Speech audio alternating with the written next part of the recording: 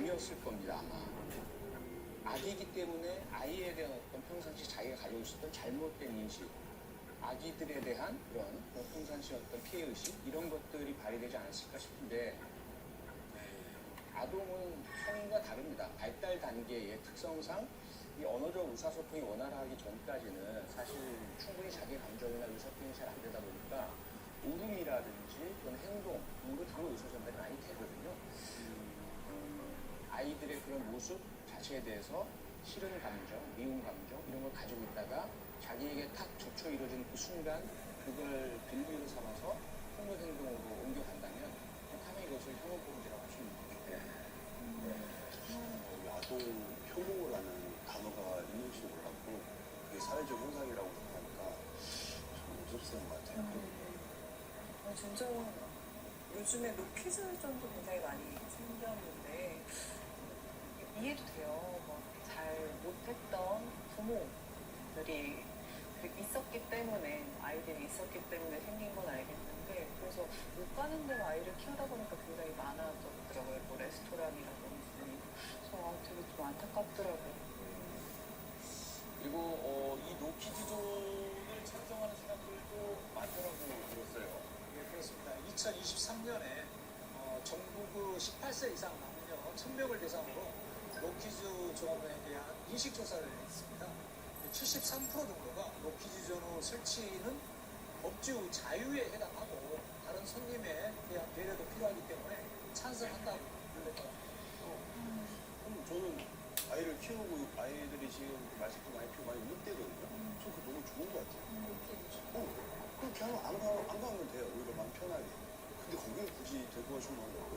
그래서 그런 존이 있으면 당연히 안 가고 다른 데 충분히 갈 수도 있으니까 아이를 편하게 있을 수 있는 곳으로 가는 게 저희도 덜 죄송하고 그게 좀 괜찮은 것 같아요.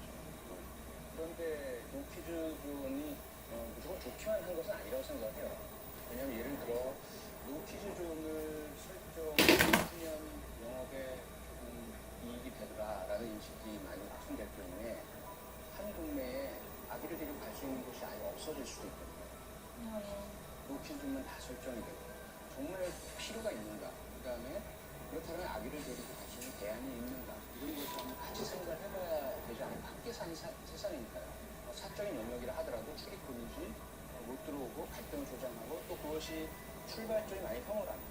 당분들은 내가 싫어서 못 들어오게 할 거야, 이게 깔려있다면 점점 우리는 적대적이 될 수밖에 없고 세상이 어지러질 수밖에 없거든요. 조금의 관용과 표현, 절대로 정말 꼭 필요한 경우, 이러이러한 행동을 할 경우에는 영업장에서 나가셔야 할 수 있습니다. 이런 것이 더 낫지 않을까. 어린이들, 아기들 말고도 어른들이 고소방가하고 떠들어대는 것은 어떻게 할 겁니까? 그런 행동 중심을 하는 것은 차별이 안 되고 혐오가 아니지 않나 생각이 됩니다. 참 어느 순간부터가 이 혐오와 차별이 우리 사회에 점점 더 많이 스며들고 있는 것 같아서 좀 걱정이 되기도 합니다. 그런데 이번에 소개해드릴 영상을 보면서 저는 또 한 번 마음이 덜컥 내려앉았습니다. 자, 어떤 영상인지 한번 보실까요? 어느 횡단보도 앞상황입니다. 여기도 고양시인데요. 차가 이제 천천히 갔죠. 근데 보니까 횡단보도 중간에 노인 한 분이 서 있습니다. 근데 이제 파란불이 켜졌는데 저만큼밖에 못 가신 거예요. 이 신호가 바뀐 거죠. 빨간색으로. 밤이라서 안 보여요. 네. 거동이 불편한 게 그냥 눈에도 보이거든요. 네. 정말 위험천만한 상황입니다. 너무 걱정되는 상황. 이렇게 떠나서. 네. 자, 또 보행 신호가 다시 녹색으로 바뀌었어요. 자, 다른 행인들이 횡단보도를 건너다가 갑자기 한 청년이 노인을 보고 멈춰섰습니다. 제발. 그리고 들쳐 업었습니다. 어봐요. 들쳐 업었습니다. 네, 거동이 불편한 노인을 직접 업고 한 청년이 이동을 합니다. 네. 자, 뭐 이렇게 주변에 혐오만 갖고 있는 사람보다 저렇게 노인의 그런 어려움을 이해하고 도와주는 청년들도 우리 중에 너무 많다. 네, 굉장히 많다라는 걸 좀 알려드리고 싶습니다, 여러분. 네. 특히 우리 사회적으로 분노가 많아지니까 약자들을 대상으로 한 공격이 심해지고 그 중에 한 대상이 노인이 된 거죠. 근데 노인분들에 대한 이런 혐오가 너무 많이 행행되고 온라인 같은 데 보면 그 용어도 정말 눈으로 보기 힘들 정도거든요. 하지만 누구나 노인이 된다. 예, 우리는 이제 대단히 가까웠고, 예, 우리는 이제 대단히 가까웠고,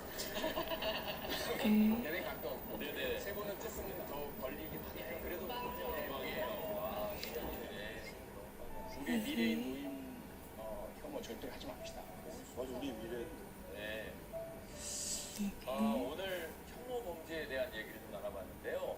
혹시 여러분 혐오의 반대말에 대해서 생각해 본 적 있습니까? 혐오의 반대말. 어쩌면 혐오의 반대말은 포용이 아닐까 싶습니다. 정말 너무 그렇게 세상을 바라본다면 보다 따뜻한 관계의 우리가 되지 않을까 싶습니다. 오늘 시간이 여기까지입니다. 고맙습니다.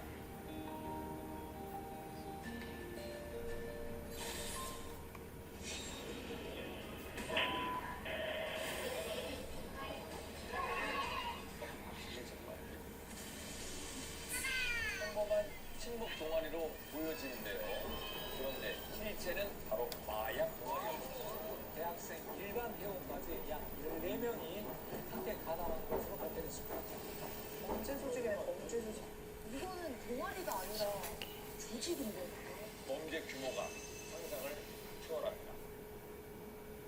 모든 범죄는 기록을 남긴다. 범죄로부터 우리를 지켜주는 또 다른 시선, 히든아이의 시선입니다.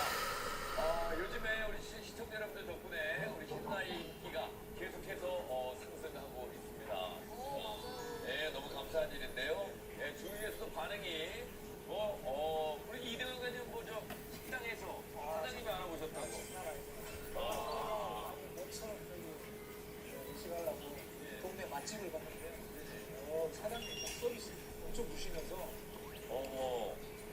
히든아이 매번 맨날 틀면 나오고 계속 본다니까. 네. 사모님 왔다면서요. 거기서 서비스도 또 많이 주시고 그러니까요. 김대희 씨는 그 프로그램 나가는데 희야라고 해주시더라고요. 예. 그냥 자주 본다고 줄여서 말씀하셨어요. 희야 잘 보고 있다고. 김대희 씨가 네, 희야 잘 보고 있다고. 저도 몰랐어요, 지금. 예. 너무 많이 주시는. 갑자기 뭔가 있어요 지금. 희야 잘 보고 있다고. 그래서 제가 요즘에 그 MZ들 신조어 이것 때문에 요즘 적응을 잘 못하고. 끼리끼리 사이언스부터. 예. 모르시더라고요. 끼리끼리 사이언스 조금 지났더라고 시간이. 맞아요. 늦옷이라는 걸 알아요. 늦옷 아세요? 늦옷. 욕하는 거예요, 지금? 너무 좋아. 너무 좋아. 오늘 건프로님 오늘 아주 늦으신데 이상하게 기분 나빠. 오늘 기분 나쁘잖아요. 느끼해 보이고 좋다, 뭐 이런 거. 느끼해서 좋다. 느끼해 보인다. 느낌 좋아, 느낌. 느낌 좋다.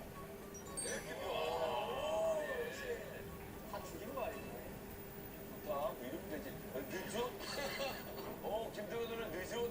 약간 분조카. 분조카 어때? 조카? 친조카 있고 외조카 있고 김조카. 조카 있고 와우. 네? 애매한 조카. 그래도 확실히 좀 세대가 쪽이 좀 가까운 게 분조카의 카드 같은 거.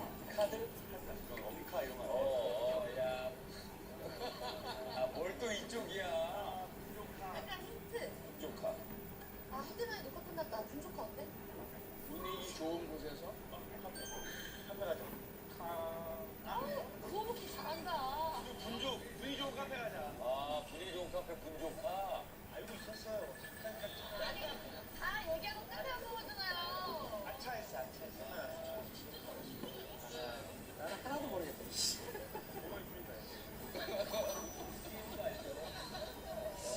권범규 아세요? 권범규?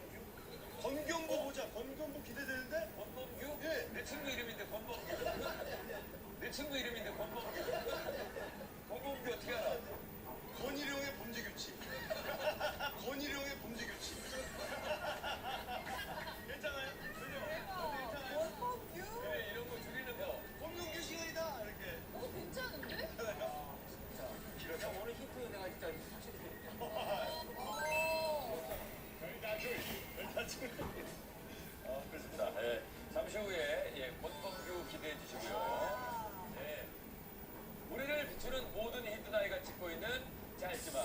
발생한 범죄 현장을 소개해 드립니다.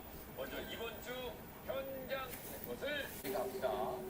그 이것만 보면 술 먹는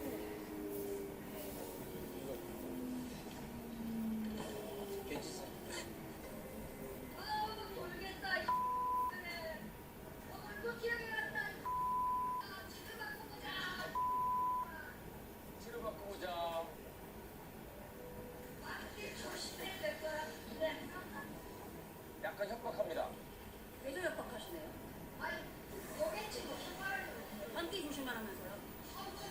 부끄러운데 밖에 조심할 수 있는 거죠. 뭔 소리야, 왜 저러세요, 진짜. 약간 조롱 섞인 그런 얘기죠. 잠시 후에 경찰에 도착을 했습니다.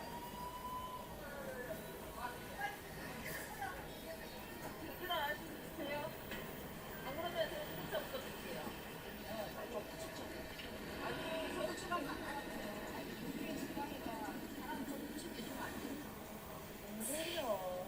말하는 꼰세가. 야근에서 지금 일어나지고 오는 거 밀고 와가지고 하시고 못해요. 제가 거기가 정도가 이상했어요. 아좀 계속 좀 내주세요. 근데 경찰분도 진상인 걸 알아서 포기하신 것 같아요. 아쉬운 거죠. 그리고 경찰관은 CCTV를 확인하고 있습니다. 결국 구급차가 왔습니다. 저 그때까지 소리 안 하고 정말 네. 본인이 알아서 쓰러져 놓고 구급차까지 타고 갑니다.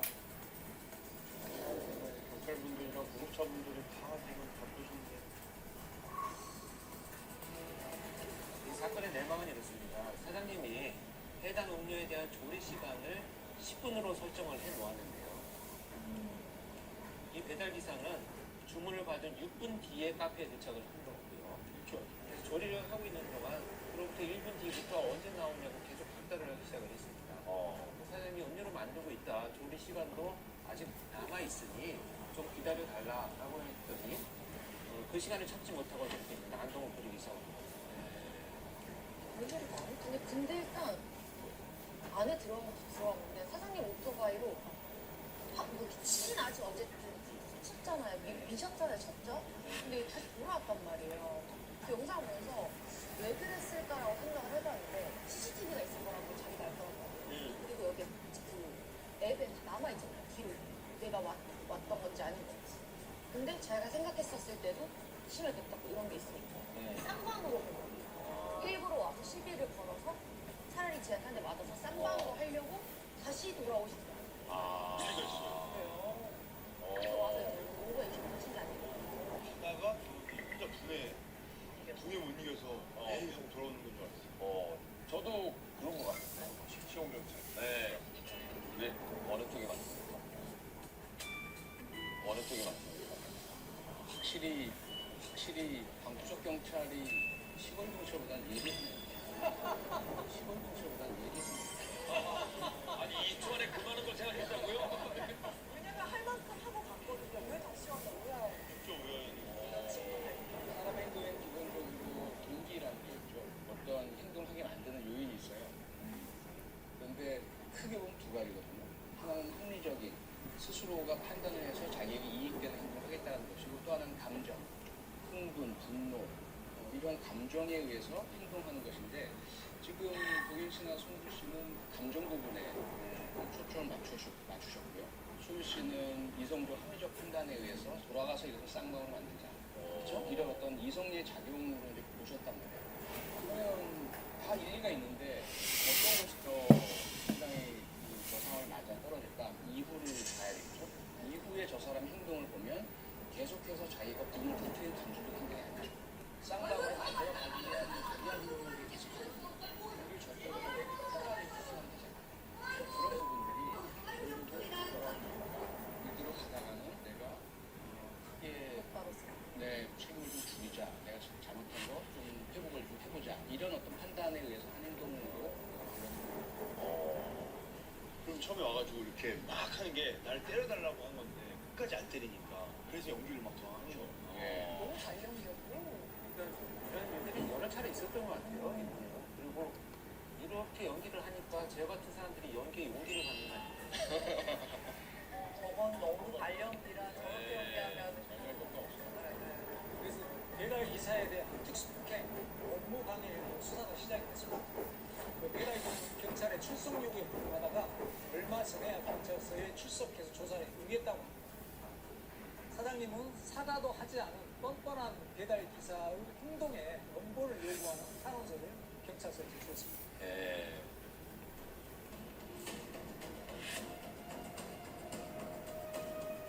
말씀하신 분 중에 경찰서에서 이제 출석하라고 했는데 그걸 거부했다고 했잖아요. 그럼 혹시 구속하게 됐을 때는 어떤 부분입니까? 수사가 계속 진행되는 동안에 출석을 요구했는데 오지 않는다. 그러면 기본적으로 경찰서에는 3회 출석 요구서를 보내게 됩니다. 그럼 3회 출석을 다 불응할 경우에는 체포영장을 발부받아서 강제로 체포해가지고 와서 조사를 하게 됩니다. 본인이 저지른 잘못을 인정하는 게 굉장히 중요합니다. 그 진심으로 좀 용서를 비는 책임감 이게 필요하지 않을까 싶네요. 자, 현장 세컨 다음 현장을 공개합니다. 그날 밤 다리에서 생긴 일 이건 진짜 아예 모르겠어. 전혀 모르겠어요. 대교가 서울 같진 않지 않아요? 부산 느낌이에요. 다리가 부산 느낌이에요. 네. 다리 건너고 있어요. 네. 경찰차가 좀 이렇게 지나가는 것 같습니다. 네. 신호를 들어서도 저쪽에 당연하죠, 당연하죠. 전혀 몰랐어요. 당연하죠. 보세요. 근데 우리 저 박선 수 칭찬해야 될 게, 지방 다리 갔다 그랬잖아요. 단양입니다. 1년 전에 단양에 한 다리인데, 자세히 보시면 다리미를 걷고 있는 한 남자가 보입니다. 그리고 갑자기 다리 중간에 와서 턱턱 주저앉아요. 네. 자, 그리고 40분 뒤에 관제센터에서 남성을 포착하고 쫙 주민을 해요. 그리고 관제센터에서 약간 좀 이상하다라고 생각하고 경찰에 신고를 합니다.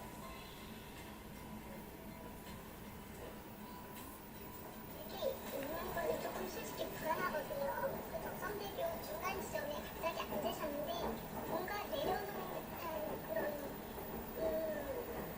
게 있었어요. 이건 관제센터이기 때문에 가능한 일입니다. 이런 일이 많을 때 보고 계시나 봐요. 네. 자, 이 사람은 다리에 왜 이렇게 머물러 있었을까요? 잠시 후에 경찰차가 이제 도착을 합니다. 그리고 이제 남자에게 말을 걸죠.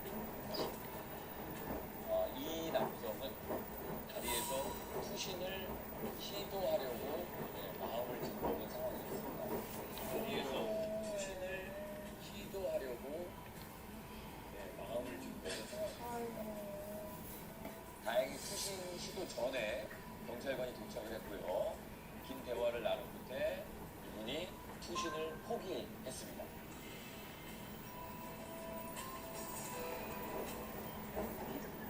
몇번 관제센터를 통해서 저거를 마약 저거 진짜 너무 대단하신 것 같아요. 좋죠. 네네. 네.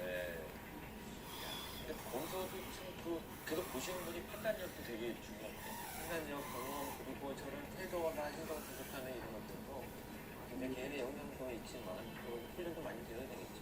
네. 저거 보니까 옛날 생각나네요. 제가 춘천 한산바다 갈 때 네. 수양이 그 아치 타고 갈 때 그 꼭대기에 남성이 올라가가지고 휴신하신다고 계속 막 대치하고 있어요. 근데 지가 너무 높은 사람하고 그래가지고 제가 상황관리만 하나 말고 뛰어나가고 그냥 한 30분 돼야 했어요. 그럴 때는 어떤 식으로 선택을 하고 있어요?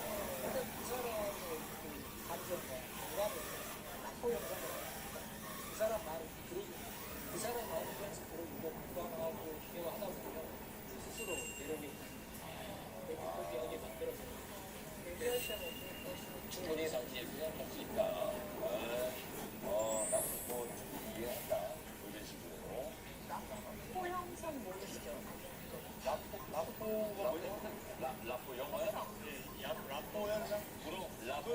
그 시골 경찰국에 직접 한번 들어보고 싶다.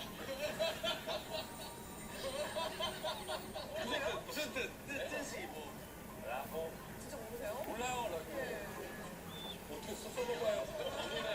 어떻게 써봐봐요. 아니 유치해요. 이거는 이거고. 아니 한글로는 나도 쓰지 라고. 불어를 써달라고 불어를 라고. 경찰 용어인데.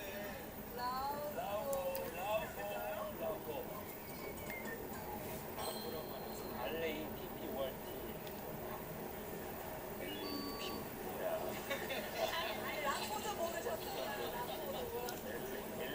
어떻게 안 나오는 근데 라코를 모르세요. 내가 신장에서 친밀감을 형성한다. 친밀감을. 사회 구성원들 간에는 친밀감을 형성할 수 있는 기회들이 많이 없어지는 게 사실이에요. 그래서 지금 십수년간 정말 그 불명예스럽게도 우리가 1년 1위 하는 게 있어요. OECD 국가 중에 자살률이 1위가 계속 유지되고 있는 거지. 아직도. 굉장히 높은 수치죠. 서울에서는요, 이렇게 한강 다리에서만 1년에 약 1000여 명이 투신을 시도를 하고 있습니다. 약 1000여 명이 투신을 시도를 하고 있습니다. 진짜. 2022년도부터는 서울시에서는 이 딥러닝 기술을 활용해서 지능형 영상 관제 시스템이 도입이 됐습니다. 그래서 다리 위에서 오래 배회한다든지 이상행동, 뭐 이렇게 난간을 걸친다든지 하는 이상행동이 관계가 되면 해당 지점의 영상을 선별해서 관제원의 모니터에 신속하게 알람으로 표출을 해주는 그런 방식인데요. 그래서 이런 방식을 활용해서 투신을 시도한 시도자 확률이 97% 정도가 형성이 됐다고 합니다. 컴이요? 저거 그런 거 있잖아요. 막 삼답지 막 덮고 이러면 뭐 무슨 인간체가 교통방해. 불안감 주세요. 그리고 또 어린이 보호구역에서는 뭔가 또 세잖아요. 뭐 있습니까? 저 38량요 일반 교통방해 혐의로 불구속 기소됐습니다. 네? 그게 끝이에요? 아 이거 옷 벗은 처벌이 안 돼요? 네, 옷을 벗는 행위가 이제 형법상 공연음란죄에 적용이 되느냐 네. 문제가 될 텐데요. 공연음란죄는 기본적으로 두 가지입니다. 하나는 공연성, 두 번째는 음란성. 근데 공연성은 충분히 입증이 되죠, 성립이 되죠. 많은 사람 앞에서 공공장소 도로에서 이미 다. 그런데 저 행위가 과연 음란성이 인정되느냐? 음란성이라는 것은 그런 건전한 성적인 관념의 저해를 야기하고 성적인 수치심을 일으킬 때의 음란성이 인정이 됩니다.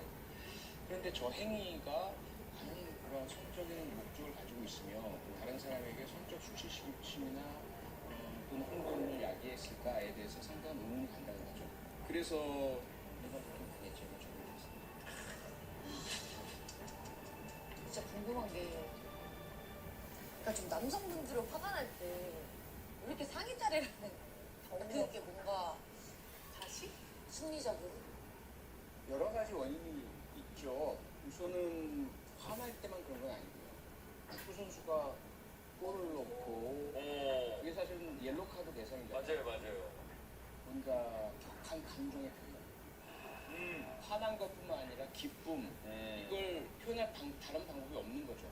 두 번째는 의식적으로, 의도적으로 문신이 있다든지 또는 뭐 자기가 책임을 가서 생각한다든지 이런 다시 아쉬움, 남에게 세 개. 협박하고 나 이렇게 세, 그리고 나 이렇게 강해 벗음으로써 상대방이 위압감을 느끼고 두려움을 느끼게 만들겠다. 공작새처럼. 그렇죠. 또 하나는 자기가 전혀 그런 문신도 없고 빈약하고 근육도 없고 그리고 효과가 전혀 없음에도 두 개. 불구하고 상해 탈하는 사람들이 있어요. 여기 이 하나 경우에는 이제 있고 스스로가 두 개.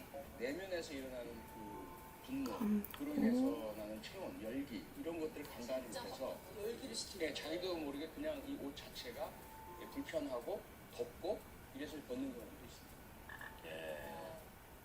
자, 이번에 보실 영상은요, 한국에서 일어난 일이라고는 참 믿기 어려운 그런 사건입니다. 지금 범인들은 범죄를 저지르기 전에 상탈을 한다.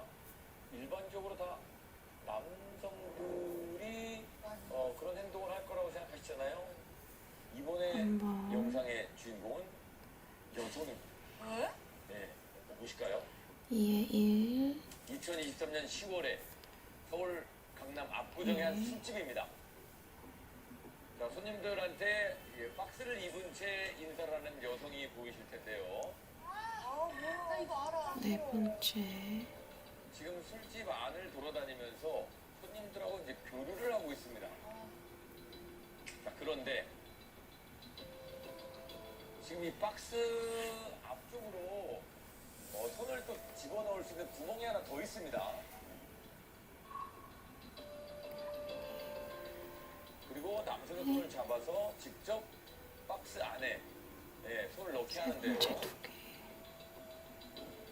이 여성은 알몸 상태로 박스만 입고 다니는 일명 박스녀라고 불리는 사람인데요. 박스 안에서 자신의 신체 부위를 만져보게 합니다.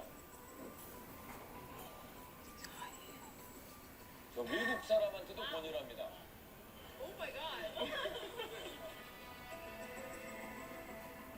자, 2시간 동안 이 강남 일대를 활보를 했는데요.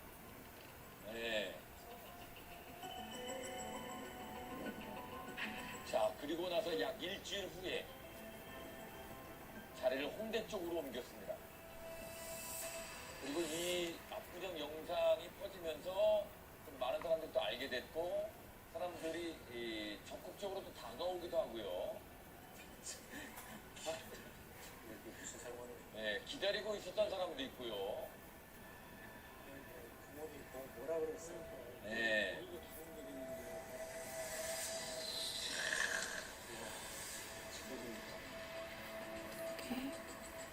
한 시민이 신고를 해서 경찰이 출동을 했습니다. 경찰 제지로 해산이 됐고 귀가 조치가 됐습니다. 아이고. 미인 같은 느꼈는데. 왜 그러는 아, 남자는 상의 탈이 벗으면 아무 소리도 안 하고 저 나한테만 그러는 네. 남자들 성의탈이 한다고 해서 저렇게 하지 않잖아요. 저렇게 하지 않잖아요. 네. 그리고 길거리에 성인들만 있는 게 아니고 어린 친구들도 있을 수 있는데 알몸에 박스만 걸치고 압구정과 홍대 길거리를 돌아다니면서 자신의 신체 일부를 만져보라고 권유한 일명 박스녀의 영상이 SNS에 게시되면서 큰 또 화제가 됐던 사건입니다. 이건 홍보 때문에 뭔가 하는 거지. 돈을 뭔가 받고 이득이 되니까 그러는 것 같죠? 근데 아까 저 여자가 말했던 것처럼 왜 남자는 상탈해도 되고 나는 상탈하면 안 돼? 이거는 말이 성립이 안 되는 것 같아요. 만지라고 권유를 하잖아요. 네.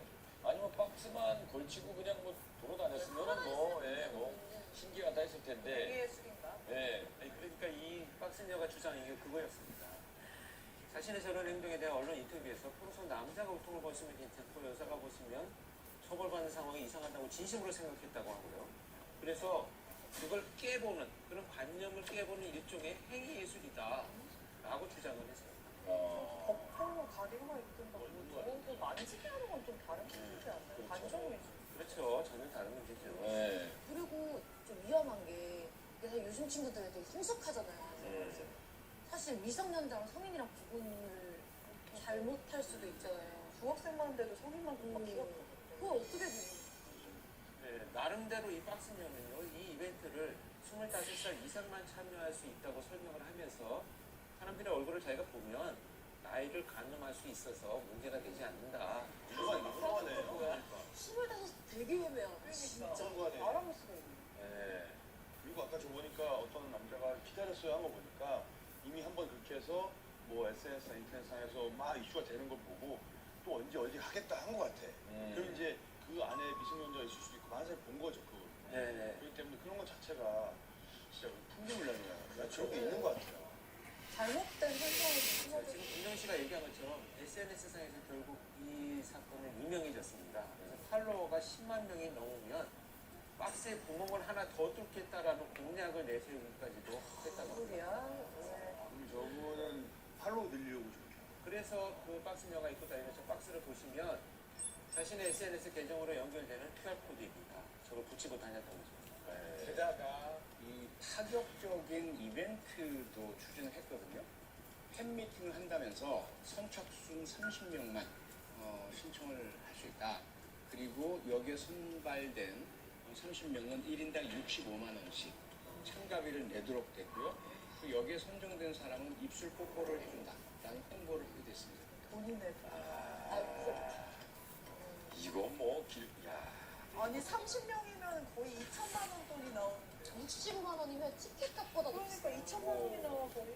근데 이게 진행이 됐어요? 네, 진행이 됐고요. 팬미팅 전인석 매진 와. 물론이고 선착순 30명 외에도 추가로 80여 명이나 더 참여 의사를 밝혔을 것으로 인터가 무척 많았다고 합니다.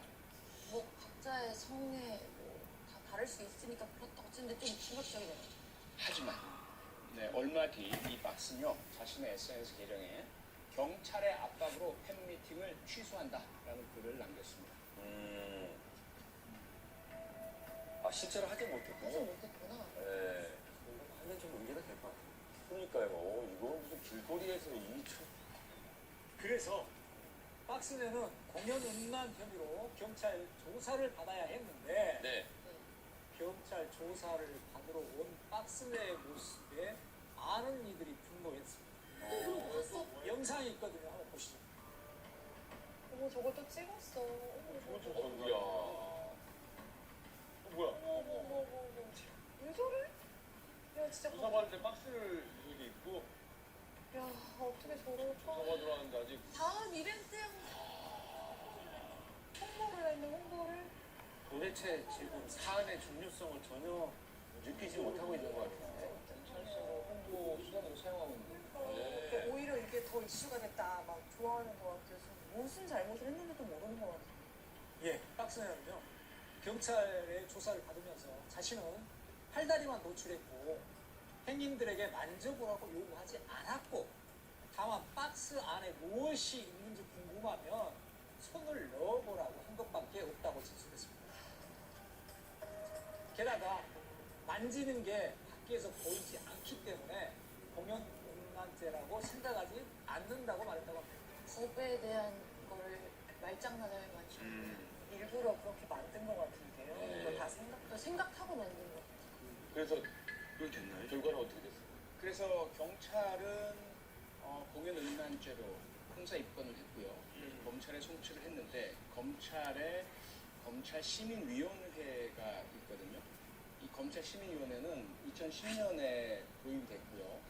중요한 검찰의 의사결정, 공소 제기, 그러니까 기소를 할 거냐 말 거냐. 이런 판단에 있어서 시민들의 의견을 듣기로 해서 만들어진 제도예요. 그래서 이 검찰 시민위원회에 이 사안을 붙였습니다, 경찰은. 그래서 검찰 시민위원회가 회의를 거친 끝에 결국 공연 음란 혐의가 인정된다라고 판단을 했습니다. 검찰은 이 검찰 시민위원회의 판단을 존중해서 이 여성을 공연 음란 혐의로 기소를 했습니다. 그 재판이 열렸고요. 그 재판부는 어떻게 판단을 했냐면 이 행위는 충분히 선정적이었으며 보통 사람의 성적 상상 및 수치심을 일으킬 수 있는 점, 인지도를 획득하고 이를 이용한 수익 창출을 목적으로 행위를 한 점 등을 모두 인정을 해서 유죄, 벌금 400만 원을 선고했습니다. 뭐할 것 같은데. 여기 나오는 이제 인지도 획득이라는 용어가 나오잖아요. 네. 이건 사실 이 박스녀가요 성인 콘텐츠 기획사에 소속되어 있는 성인물 배우였습니다. 그렇기 때문에 인지도를 획득하고 이를 이용한 수익 창출을 목적으로 행위를 했다는 것이 이제 인정이 된 거죠. 그래서 저렇게 말을 잘했구나. 네. 회사에서 그렇게 말하라고 시켰겠죠. 네. 그러니까 주장은 행위 예술이지만 네. 실제 재판부에서 들여다본 건 뭐냐면 구조와 의도와 계획이에요. 저건 철저하게 성을 상품화해서 성을 이용해서 음란성을 내세워서 사람들의 이목을 끌고 그리고 관심도를 끌어올려서 조회수도 높이고 그다음에 실제로 홍보를 받는 행동까지 이어졌죠. 이거 다 계획이 있었던 것이거든요. 그래서 예술의 범위가 아니라 저것은 성을 상품화 도단을 떴습니다. 위한 상업행위다. 그래서 공연 음란죄가 인정될 수밖에 없는 상황이었어요. 이게 통계를 보니까요. 해마다 약 2,600건의 너는 음란죄가 많아서 음란죄 치료를 해야 된다. 목사라는 탈을 쓰고 악행을 저질러 온 보목사의 이야기. 모르는 사람이 시간을 하고 싶다고 얘기해야 되고 교회에 있는 사람들끼리 또 결혼시키고 또 애기 낳고 하게 하고. 사마지고 가장 대상을 가리지 않고 절대로 벗어날 수 없는 늪이 되는 것이고 충성을 다하게 만드는 복종의 상태로 이어지는 아주 소름 끼치는 이야기가 숨겨져 있습니다. 모든 범죄는 기록을 남긴다. 범죄로부터 우리를 지켜주는 또 다른 시선 기른아이의 김성주입니다. 제가 최근에 또 아주 기가 막힌 소식을 하나 들었습니다.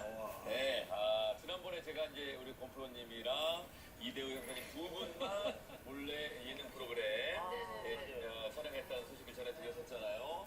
네. 이번에도 제가 심어놓은 정보원이 하나. 네, 이 제보가 또 들어왔거든요. 궁금하다. 요거 충격적입니다. 충격? 네. 뭐지? 약간 보복성이 있습니다. 보복성 제가 봤을 때는 요거 좀 위험하거든요. 네네. 네, 요거 좀 위험하거든요. 세 분 중에 딱 한 분만 광고를 찍었다는 소식입니다. 예. 광고요? 한 분만 광고를 찍고 나머지 두 분은 연락도 안 가고. 네. 같이 찍자고 할 만도 한데. 제대로 한방 세다. 광고는. 세죠. 그렇죠. 네. 저는 그 광고 영상 봤거든요. 봤는데 같이 나가도 무리가 없는 그런 광고인데 혼자만 찍으셨더라고요. 혼자만 찍으셨더라고요. 그걸 어떻게 나눠 먹어였어요? 보통 그런 광고 이렇게 보면은 표현 소장님 광고를 찍었는데 그럼 고프로님이 같이 찍을 법한데 아니라는 게 어떤 역할을 비슷한 분이 대신 나올 때가 있어. 누가 봐도 고프로님 같은 분의 이미지에 고지초를 나오시는 거는 이건 100% 이거는 보복성이다. 목소리 되는 거죠. 그 영상이 그렇게 하면. 몰랐는데 그런 경우가 가끔 있더라고요. 그렇죠. 예산 때문에 그게 있더라고요. 제가 무슨 얘기하는지 시청자도 궁금하실 텐데요. 여러분, 영상을 입수했습니다. 대박. 자, 보실까요?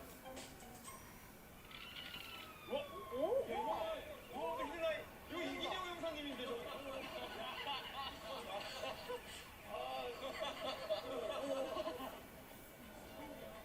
범죄 증거 확보가 어려운 이 시국 어느 때보다 나의 예리한 눈썰미와 범행 현장인데 여기 이제 편장님은 나와요. 최민식 선배님. 야 영화 같아. 멋있게 사라졌어 지금. 이건 시간입니다.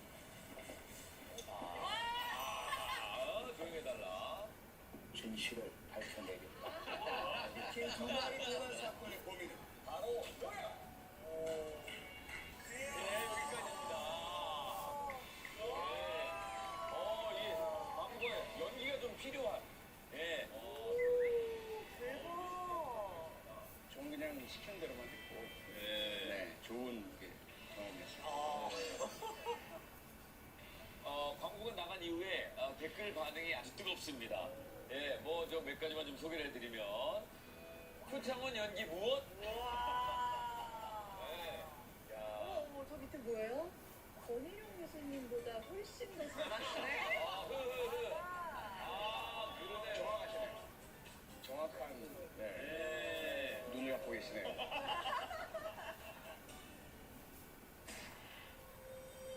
오늘 운전대가 많아서 운전대 치료를 해야 된다. 목사라는 탈을 쓰고 악행을 저질러 온 보목사의 이야기. 교회에 있는 사람들끼리 또 결혼시키고 또 애기 낳고 하게 하고. 사마지고 가장 친구 대상을 가리지 않고 절대로 벗어날 수 없는 늪이 되는 것이고 충성을 다하게 만드는 복종의 상태로 이어지는 아주 소름 끼치는 이야기가 숨겨져 있습니다. 자, 우리를 비추는 모든 히든아이가 찍고 있는 짧지만 생생한 범죄 현장들을 소개해드립니다. 이번 주 현장 3컷 공개합니다. 자, 석장의 사진. 보이십니까? 담 넘는다. 그쵸? 누가 지금 사다리를 놓고 담을 넘는 것 같아요. 자, 그리고 그 옆에는 또 그거 같아요. 키오스크 그 무인 또 거기서 나타나는 범죄 아니에요?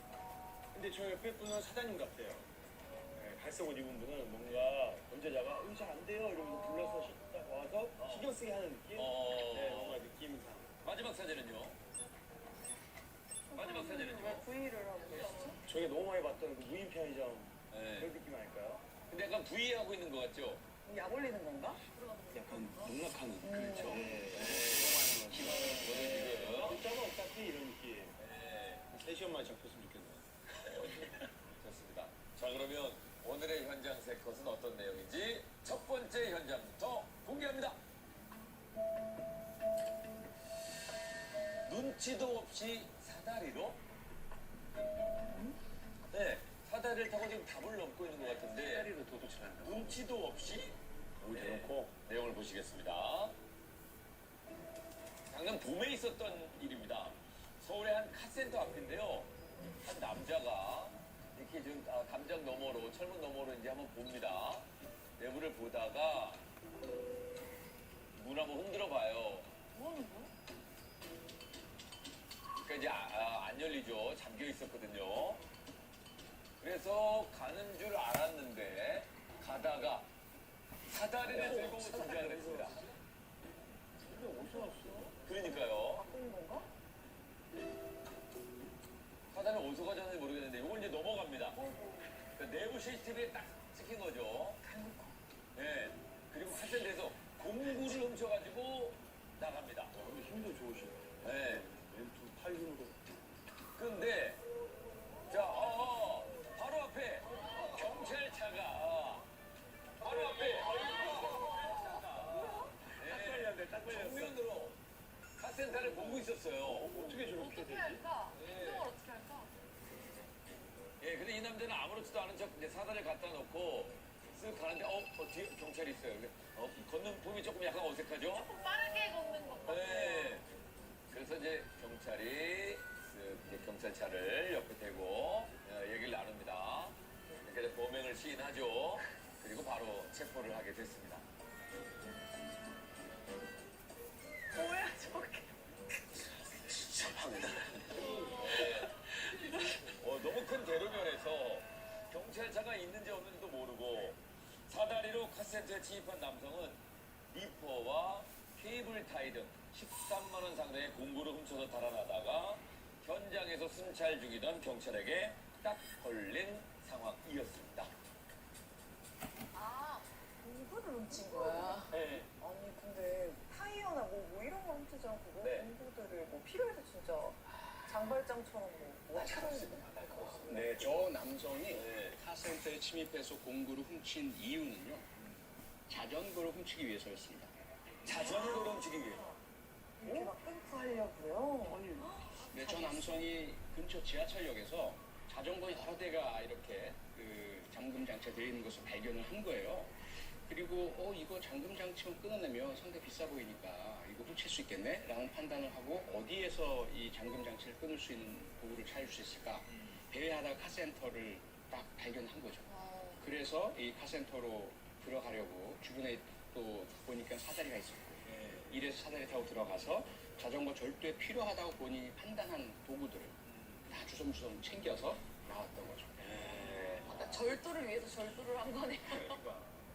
그러니까 너무 공짜로 뭘 훔치려고 공구도 훔치러 들어가면은 도대체 예. 이 남성이 이전에도요 이미 절도 등으로 4번의 징역형을 받은 적이 있는 사람입니다. 징역형을 받은 적이 있는 사람입니다.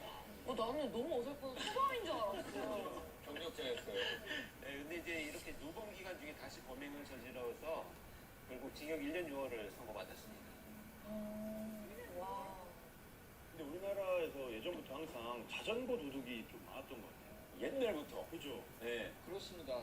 얼마나 이 자전거 절도가 많이 발생하냐 하면요. 경찰청에서 통계를 발표했는데 2022년 한 해 동안 자전거 절도 사건이 12,033건이 발생을 했습니다. 33건이 발생을 했습니다. 근데 이 통계는요. 1년에 발생한 전체 소매치기 사건의 43배 그리고 상점 절도 사건의 3배에 달하는 수준이었다고 합니다. 더더군다나 이 자전거 절도 피해자들의 경우에 경찰에 신고하지 않는 경우가 꽤 많아서 실제 아마 그런 사례는 이것보다 훨씬 더 많을 것으로 추정되고 있어요. 왜 신고 안 해요? 근데 이거는 사실은 신고를 해도 확인이 어렵거나 특히 이제 판매할 때 색을 바꾸거나 변형하는 경우들이 있으니까 아, 이렇게 칠해. 본인 확인이 잘 안 되거든요. 그래서 이걸 예방하기 위해서 여러분들이 자전거에 있는 차대 번호가 있습니다. 자전거에 차대 번호가 자전거에도 있어요. 그런데 그 자전거만의 고유 번호를 그렇죠. 말씀하시는 그러니까 이제 일반적으로 저렇게 핸들, 페달 연결 부위에 음각으로 세워져 있는데 그거를 이제 영상을 찍어 놓든지 자기가 보관을 하고 있으면 신고를 해서 확인을 나중에 할 때 차대 번호가 확인이 되어가지고 찾을 수 있는 경우가 많으니까 네. 기록을 해놓는 게 좋습니다. 그렇습니다. 예, 범죄를 저지르면 언제 어디서든 다 걸릴 수밖에 없다는 사실을 여러분 명심해 주시길 바랍니다. 자, 계속해서 두 번째 현장을 공개합니다. 이 친개한테 물렸다고 개가 들어왔나요? 네. 무슨 상황일까요? 두 번째 현장입니다. 내가 저런 인간한테 당하려고 내가 여자 혼자서 이렇게 개고생을 막 10분 동안 정신을 막 공부시키고 그냥 앉아서 죽고 싶고 얼마나 하니까 잠들고 싶고 있는 약을 내가 1,000원이 다 털어먹었는데도 정말적으로 일어나고 사용법을 몰라서 어려워하고 있었는데 옆에서 커피를 타던 분이 이분이 이제 카페 사장님이신데 예, 어떻게 하는지 이제 도와주시는 거예요. 근데 이 남자가 사장님 뒤에서 서성이다가 갑자기 이런 상황이 됐습니다. 이런 상황이 됐습니다. 네. 사람도 있는데. 다짜고짜. 미쳤나? 네. 근데 이 사장님이 아무리 몸부림을 쳐도 이 남자가 떨어지지 않습니다. 뭐 하는 거야? 그냥 만지고 한 번 더 만져보자 하면서 헛구를 하는데 그 소리가 막 쟁쟁하고 뭐야? 그래도 카페 사장이라는 게 주물르고 이러는 거 진심으로 저런 짓은 안 해. 그러게요. 근데 이 남자도 문제인데 예, 일행으로 보이는 남자들이 있었거든요. 이름이라고요? 예. 근데 지금 눈앞에서 이런 일이 발생하는데도 그냥 지켜만 보고만 있습니다. 뭐야? 지켜보고만 있어요. 하나도 안 도와주는 거 아유 뭐 미친 개한테 물렸다고 생각해 그런 말 했나 봐요. 손버릇이 그래? 말도 안 되는 소리를 하고 있어요. 저 형 손버릇이 원래 그래? 뭐 이런 식으로만 얘기를 하고 너무 무서웠겠다. 이 카페에서 벌어진 성추행 사건이었습니다. 사건이 벌어진 시간이 오후 5시쯤이었는데요. 대단하다. CCTV 다 찍히고 있는데 그 나이도 좀 있으신 것 같은데. 나이 있으신 것 같아요. 별일 아니라는 와, 듯이 저렇게. 만약에 뭐 결혼하셨고 자녀분들 있다면 이런 걸 알게 된다면 얼마나 수치스러운. 너무 황당합니다. 화가 나네. 많이들 화가 나시는 것 같은데요. 지금 분노할 일이 더 많이 남아 있습니다. 더? 네. 사건 이후에 가해 남성은 그냥 반가워서 어깨를 살짝 짚은 거예요. 난 거짓말을 할 줄 몰라. 이렇게 억울함을 호소하면서 피해 여성을 더 큰 충격에 빠뜨렸습니다. 들었다고 반갑대. 아, 그리고 저게 어떻게 어깨를 짚은 거예요? 누가 뒤에서 안고 있고 여성이 이렇게 몸부림을 치고 있는데. 네. CCTV 다 찍혔는데. 그러니까 말이죠. 진짜 저렇게 막, 나 착해요. 이런 사람 치고 착한 사람 못 봤거든요. 나 거짓말 못해요. 이런 사람 치고 더 거짓말하고. 네. 바로 이제 경찰에 출동을 해서 수사를 하게 됐거든요. 경찰에서 조사를 받으면서 저 남성이 처음에는 범행을 극구 부인을 하다가 경찰관이 이제 저 CCTV 영상을 보여주니까 그제서야 범행을 인정했다고 합니다. 게다가 뭐라고 또 이야기를 했냐면 그 당시에 가슴도 만졌는데 당시 현장에선 피해자가 아무런 말도 안 했다. 만질 때는 가만히 있다가 왜 지금에 와서 고소를 하냐라는 이제 주장을 펼쳤고요. 그리고 나서는 가해자의 아내 뭐라고 했냐면 아니 우리 남편이 어깨에 좀 만졌다고 난리를 피우냐 라고 주장을 했다고 합니다. 와, 이 집안이 어떤 집안이에요? 감싸줄 거 감싸야지. 그러니까 이런다니까요. 이게 보통 피해자의 태도와 행동과 그 피해 진술들을 그냥 자기는 수긍하거나 좋아해서 상대방의 그런 것들을 내가 같이 동조했을 뿐이야 라고 얘기를 하거든요. 실제 성범죄자들도 그렇게 얘기를 합니다. 이 성범죄자도 마찬가지로 이런 일들이 사소한 일인 것처럼 계속 반복되어 왔을 가능성이 높다는 거죠. 그래서 아주 왜곡된 성적 관념을 갖고 있는 범죄자다 이런 생각을 합니다. 진짜 너무너무 답답하고 혼나야 돼. 진짜 너무 화가 나는데 제발 시원하게 처벌받았다고 얘기해줘. 아까 그 도둑분 지금 1년 6개월 받으셨거든요. 4명 다 같이 해가지고 딱 4년씩, 5년씩 하는 거지. 예, 이 사건은 강제추행죄로 아직 재판이 진행 중에 있는 사건입니다. 강제추행죄는 10년 이하의 징역이나 1,500만 원 이하의 벌금에 처할 수 있는 그런 범죄입니다. 다만 카페 사장님과 가해 남성은 합의를 했다고 하는데요. 이런 경우에는 합의는 용서의 의미를 가진 그런 합의가 아니겠죠. 근데 자영업자이기 때문에 손님과 불미스러운 일이 있더라도 생계를 계속 유지해야 하는 그런 입장이기 때문에 마지못해서 합의를 해줬을 가능성이 큽니다. 결국 이번 사건처럼요, 여성 자영업자를 타겟으로 한 범죄가 정말 자주 발생을 하고 있습니다. 지난해 11월에는요, 광주에서 식당을 하는 여성에게 처음 보는 손님인 50대 남성이 입맞춤을 한 사건도 있었습니다. 이 남성이 체포되어가지고 예뻐서 그랬다, 이런 엉뚱한 말만 늘어났다고 하는데요. 피해 여성께서는 이런 얘기를 했습니다. 나뿐만 아니라 다른 여사장님들도 다 마찬가지다. 벌어먹고 살아야 하기 때문에 이런 것들을 사실 드러내지 못하고 신고가 되었다라고 하더라도 빠른 시간에 합의를 봐야 되는 이런 일들이 계속 벌어지고 있다. 참을 수밖에 없다라고 참 안타까운 이야기를 하셨습니다. 충격적이죠. 최근 자영업자분들이 경제적인 어려움으로 벼랑 끝으로 내몰리고 있는 상황인데요. 정말 경제적인 어려움 말고도 이런 또 다른 고통을 안겨주지 않도록 다 같이 좀 관심을 갖고 노력했으면 좋겠습니다. 자, 이어서 계속해서 다음 현장을 소개해드리겠습니다.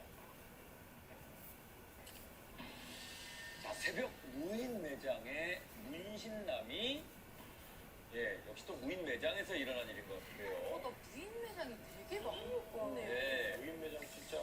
자, 이 세 번째 현장은 여러분 상황이 확확 변하니까 한번 좀 보세요. 여러 가지 일들이 있습니다. 자, 새벽 한 3시 40분쯤이에요. 한 무인 점포에 남자가 들어왔는데 약간 좀 취했어요. 몸을 제대로 못 가누죠? 취했어요. 네, 술에 좀 취한 것 같아요. 아이고, 또.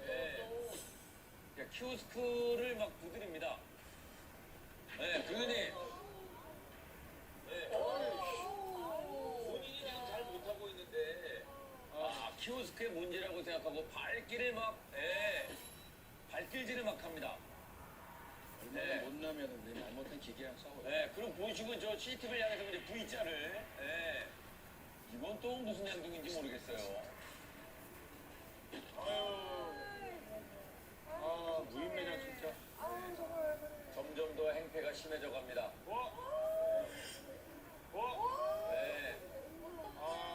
점포 안의 물건들은 이제 막 바깥에까지 매장 밖에 아수라장이 됐습니다.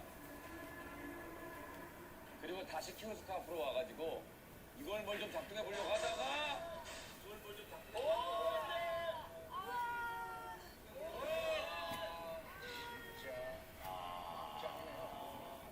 이럴 수가 있을까요? 그리고 어떡하냐. 키오스크가 뭔 잘못을 했는지 모르겠지만 올라가서 부수려고 하다가 저 다쳤으면 좋겠다. 한 10분 동안 난동을 부린 다음에 이 사람이 도망을 갑니다. 아이고. 네. 이게 진짜. 이 저 술에 취한 남자가 무인 매장을 난장판으로 만든 사건입니다. 아니 정말 많지만 아무리 술에 취했다고 해도 우리 다 그렇지 않잖아요. 저게 말이 되나요? 아니 뭐 약을 했나? 그래도 어떻게 저럴 수가 있지? 이해가 안 됩니다. 그리고 부위를 이렇게 했잖아요. 네. 허세를 부리는 건지 약을 올리는 건지. 그렇죠. 주인한테 저 네, 뭐 메시지를 주는 것 같기도 하고. 사리 분별이 안 되는 건 아닌 것 같아요. 알고 내가 나쁜 짓 했다 이런 거 보니까. 예. 정말 이 술에 찬 남성이요. 가대로 부순 것도 모자라서 V자를 그린 것까지도 나는 전혀 기억이 나지 않는다. 이렇게 주장을 하고 있습니다. 기억이 나지 않는다. 경찰 진술에서요. 이 체포된 남성이요. 그 2,400원짜리 물건을 계산하려고 하다가 계산이 뜻대로 되지 않아서 화가 났던 것 같다라고 하는 그야말로 선택적 기억을 진술을 했습니다. 자기한테 이익이 되는 것만 기억을 하는 거죠. 아니 정확히 2,400원을 계산을 하려다가 안 돼서 화가 나서 그런 것 같은데 기억이 안 난다. 이 정도면은 네. 다 기억나는 거 아니에요? 거기 가서 그랬을 수 있어요. 경찰이 뭐 한 걸? 아니 제가 기억이 안 나고요. V자인 것도 기억이 안 나요. 그 얘기를 했을 수도 있어요. 맞아. V자요? 아무 말도 안 했는데 자기 입으로 할 수도 있어요. 이거. 근데 네.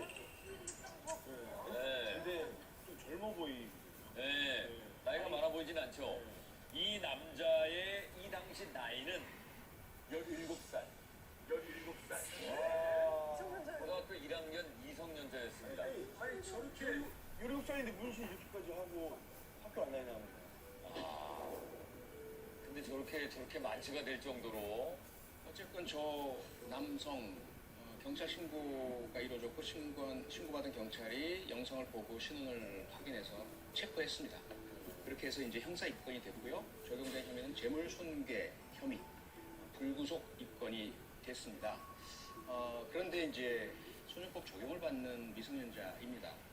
그래서 가정법원으로 총체될 가능성이 높아 보이고요. 역시 마찬가지로 업주께서 처벌 불원서를 제출을 하셨다고 합니다.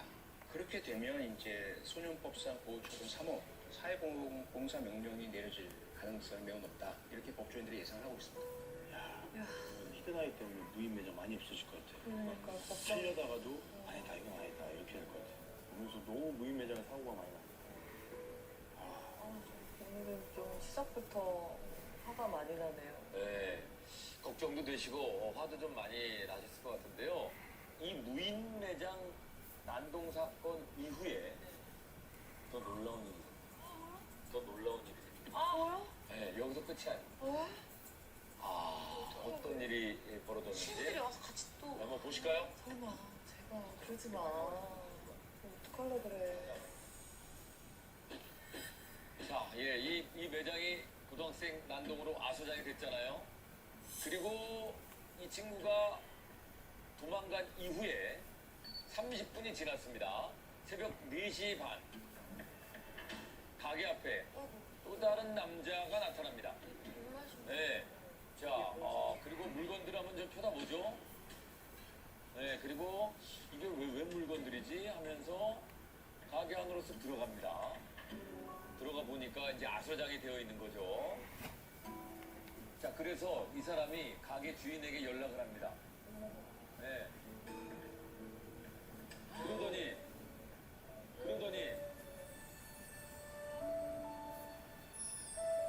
물건들을 이렇게 뒤적뒤적 거리면서 정리를 합니다.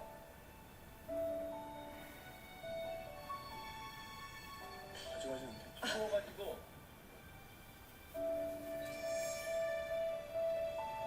아이고. 있던 자리에 다시 가져다 놓기까지 합니다. 이 남자의 행동은 네, 가게 주인이 도착하기 전에 물건들을 좀 정리를 해줘야 되겠다. 왜냐면 주인이 와서 너무 놀랄 것 같아가지고 이 선량한 남성의 도움으로 물건들이 이렇게 정리가 빠르게 됐습니다. 네. 근데 진짜 멋지시다. 생각보다 이게 딱 있으면 사실 집에서도 청소하기 귀찮은데 남의 가게가 엎질러져 있는데 근데 되게 멋이 있으신 분이네. 주인에게 연락해 주는 것도 참 대단한 일인데 도와주기 위해서 정리를 했다는 마음을 갖는 것 자체가 선행을 한 남성은 행동뿐만이 아니라 남긴 말도 했잖아. 그런 아들들을 방관하는 남편 때문에 많이 힘들어했는데요. 하지만 아내가 나이트에서 부킹을 하는 바람에 모두를 충격에 빠뜨렸습니다. 부부는 심리 상담을 통해 진짜 내 아들들은 진짜 잘할게 오빠. 가족을 위해 노력을 하기로 다짐을 했는데요. 그러나 심리생리 검사에서 당신 아내와 아들 중 하나를 택하라면 아들들을 택할 것입니까? 아니요. 거짓입니다. 거짓입니다. 왜 저렇게 나오는지 아내와 아들들 중 아들들을 택하겠다라는 남편의 속마음이 밝혀져 아직 이혼의 불씨가 남아있는 상황입니다. 네, 프로그램 해보셨는데 어떠세요? 지금 마음은? 도출했으면 사슬 뜨기. 네, 없습니다. 어떠세요, 나경님은? 지금 마음은 아직까지 이혼 의사가 조금 남아있는 것 같습니다. 그래요? 네. 아이들을 다 책임질 자신이 아직까지 크지가 않아요. 그러니까 이분한테는 지금 남편은 문제가 아니에요.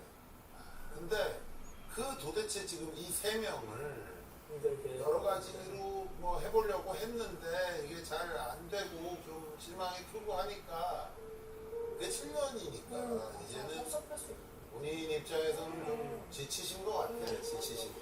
이렇게 테두리 한 개. 그러면 여기서 안고 두 코 건너뛰고 세 번째 코에 넣을 거예요. 세 번째 코에 한 개 길뜨기 두 번. 사실상 재산 분할을 논의하는 것이 큰 의미는 없기는 합니다. 저희가 이제 그 미성년 자녀가 있습니다. 그래서 이제 저희가 양육권에 대해서 정리를 해야 되는데요. 일단은 그 첫째 자녀는 그러니까 아내분의 그 전혼 자녀, 그래서 우리가 1호라고 표현을 하겠습니다. 그래서 1호 그리고 이제 막내 자녀가 두 분 사이의 자녀인데요. 첫째 자녀하고 막내 5호 자녀를 저희가 양육권을 가지고 오는 것으로 정리하면 좋을 것 같습니다. 사슬 두 올게 번, 왔구나. 아내가 한 개, 막내를 끔찍하게 생각한다. 알겠습니다. 두 개. 둘째, 셋째, 넷째 아들만 데리고 가라. 첫째 딸하고 막내 아들은 내가 데리고 갈 거다. 이렇게 늘 했던 얘기인데 그래도 막내는 아버지가 저이니까 조금 욕심을 내서라도 데리고 오고 싶습니다. 두 분 사이에서 지금 양육권을 논의할 수 있는 대상은 막내죠. 막내 아이입니다. 서로 엄마는 엄마가 키우고 싶고 아빠는 아빠가 키우고 싶고. 근데 사실 아이가 지금 엄마의 손길이 필요한 나이이기도 하고요. 그리고 현실적으로 그 아들지가 있지 않습니까? 이혼한 이후에 그 셋을 또 양육하셔야 되는 상황이고 그러면 아이를 위해서도 양육권을 우리 아내분이 가져오는 것이 훨씬 좋다고 생각이 됩니다. 맞아요. 네. 이거는 뭐 어떻게 따로 네, 뭐 얘기하기가 좀 뭐할 정도로 사실은 너무 분명한 사안인데 사실 당연히 양육권을 저희가 가지고 온다고 하면 양육비를 받아야 되지 않겠습니까? 그래서 네. 막내 아들 양육비로 한 달에 50만 원으로 해야 되는데 그런데 우리 아내분이 양육비를 무조건 받아야 된다는 입장이 아닙니다. 양육비를 받으세요? 네 포기한다. 다만 남편분이 50만 원 정도 받을 수 있을 것 같아요. 5호에 대해서는. 내 양육비를 저는 50만 원을 안 받고 오빠가 다른 여자를 안 만났으면 좋겠어요. 이혼하고 남편이랑 연애하고 싶어요.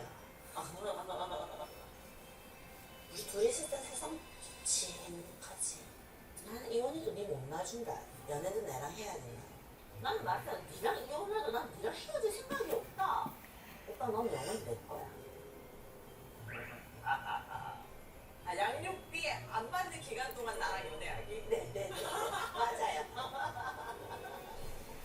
한번 이야기는 못 해볼까요? 네. 그러면은 법률상은 안 된다는 걸 아셔야 돼. 이건 내가 안 되는 거다. 이거는 그래도 한번 아내분이 원하시니까 제안은 양육비를 받지 않는 대신에 다른 이성을 절대 만나지 않고 썸도 타는 것도 안 되고 연락도 하면 안 되고 아내와 이혼 후에도 연인 관계를 유지해야만 됩니다. 그럼 저희가 양육비를 받지 않고 아이를 사랑하는 마음으로 양육비 줄게요. 진짜. 아니 우선 근데 아 정말 굉장히 파격적인 제안이 들어왔는데. 파격적 제안이요? 네. 아니 무슨 소리 하는 거예요? 지금 이혼하는데 무슨 연인 관계를 유지를 해요? 양육비 얼마 필요하세요? 솔직히 얘기하세요. 아 정말 요즘은 더 줄게요. 정말. 저희 주장에 대해서 남편분의 입장은 어떠신지 저희가 확인을 하고 있습니다. 헤어지더라도 너는 계속 만나야 돼. 좀 마음이 안 맞다고 생각하는데. 아 좋아. 그럼 나를 못 만나면 다른 여자도 만나지 마. 그거는 지킬 수 있을 것 같아요. 왜냐면 아 이거 지킬 수 있어요? 아 이거는 지킬 수가 있어요? 왜냐면 저는 저 사람이 마지막이라고 생각했기 때문에. 요 대사는 직접 해주세요. 제가 하는 것보다 요 대사는 나는 다른 여자 안 만날게. 나는 어차피 너를 내 인생의 마지막 여자라고 생각했으니까. 이렇게. 일단 말씀 한번 해주세요. 저는 지금 한 애가 제 인생의 마지막 여자라고 생각해서 미치겠다. 아니 이 얘기를 하고 계세요. 44시죠? 43? 41? 네. 지금 마지막 여자. 저랑 똑같네. 그 와이프가 마지막 여자인데. 야. 고엘이다.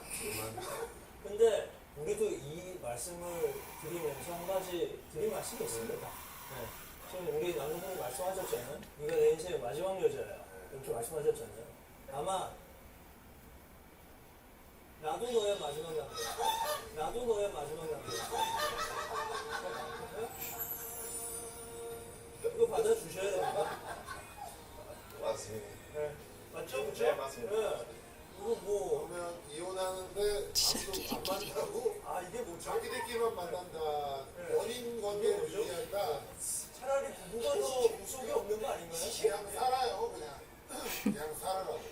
그렇다면 혼인을 유지한다면 두 분은 무엇을 요청하고 그다음에 또 나는 무엇을 약속할 수 있는지 그 부분에 대해서 이야기를 나눠보도록 하겠습니다. 그러면 저희가 먼저 네. 첫 번째는 자녀 훈육에 관한 문제입니다.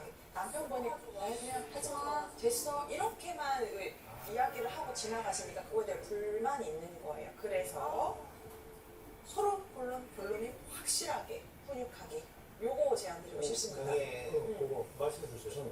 저도 안 보는 데서 그렇게 얘기를 하고 있는데 아니 했던 거 말든가가 중요한 게 아니라 그렇게 했는데 애들이 말 안 듣잖아요. 아무리 하면 뭐합니까? 그래 그러지 마 누나도 줘야지 이거를 애들이 말을 들을 거라고 생각하는 거예요? 그거는 좀 아니에요. 아니 그러니까 그 얘기를 백날 해봐야 애가 불쌍하니까 나는 뭐라고 못한다 이거는 그건 말이 안 되는 거예요. 그래서 지금 이렇게까지 이 상황까지 온 거라고. 단호하게 한번 하는 연습을 한번 해보세요.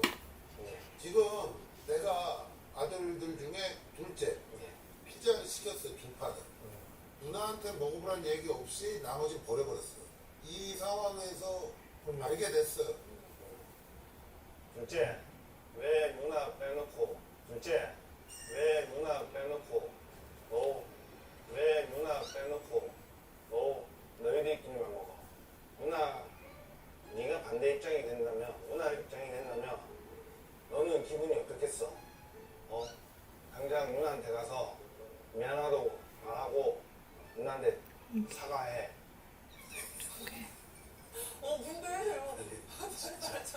기본적으로 성품이 여리시고 선하신 분이에요. 그래서 이게 왜냐면 자기 나름대로는 되게 단호하다고 한 건데 지금 누구한테 듣기 싫은 소리를 하잖아요. 근데 자기 입이 떨리는 거야 진짜.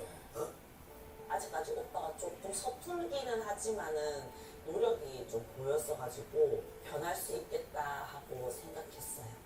이해는 되지만 그렇게 근부님이 이혼 의사가 0%라고 말씀하셨잖아요. 하시니까요. 어떻게 하겠어요? 그 부분은 저도 변할 의사가 있기 때문에. 네.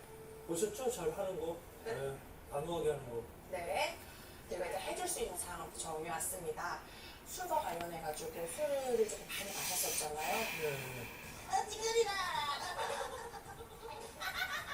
네, 찌그리요. 얼마나 그래도 그걸 좀 줄여야겠다고 생각을 해가지고 2주에 한 번 낮술하기로 정했습니다.